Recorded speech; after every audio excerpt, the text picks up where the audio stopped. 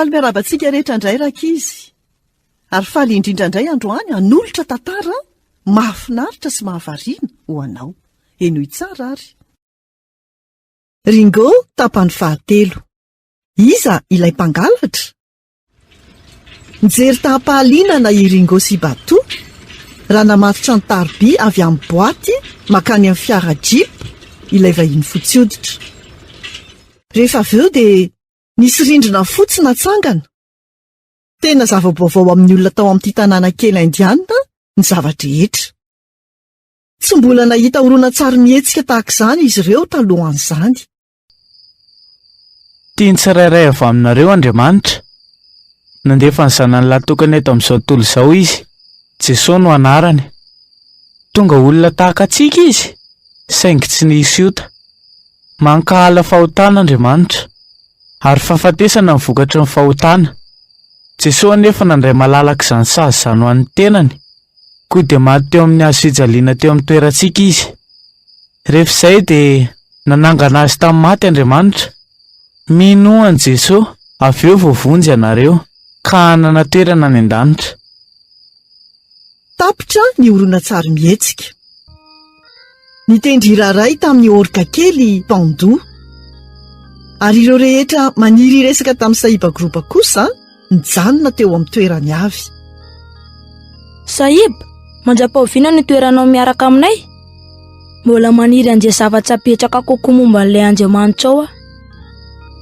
Andehany amin'ilay tanàna manaraka izay rapitso, kanefa mety mbola eona ihany sika amin'ny fotoana manaraka.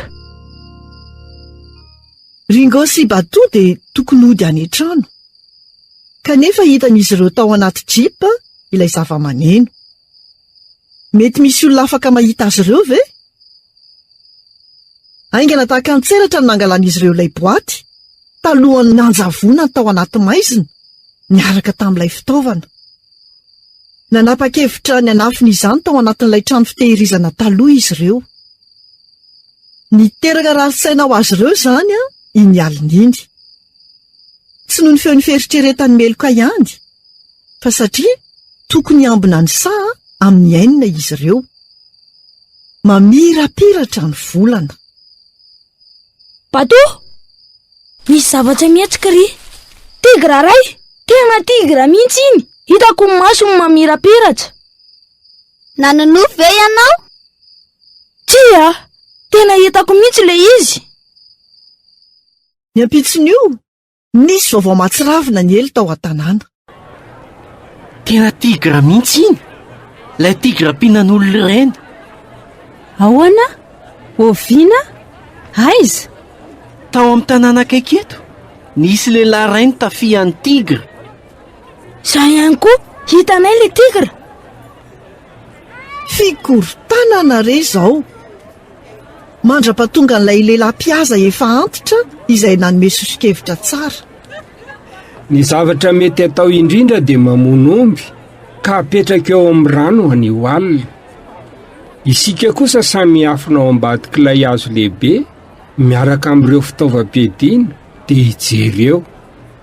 Ho voasitin'ilay ran'omby ilay tigra, ary rehefa tonga izy ka manomboka mihinana ilay omby, afaka mitifitra azy sika. Ringo, maniry no avy ve ianao? Mila anao zahay. Ny rehare izy fa mba anisany voafidy hiaza hiaraka amin'ireo.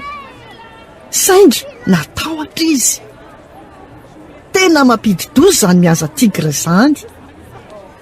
Tena atsiravina raha toa ka afaka mandeha mihaza ianao amin'ny tantara manaraka. Izay indray no anjara hafatra ho antsika tamin'ity anio ity. Tahiny tompo daholo, nanolotra ny tantara zokomy.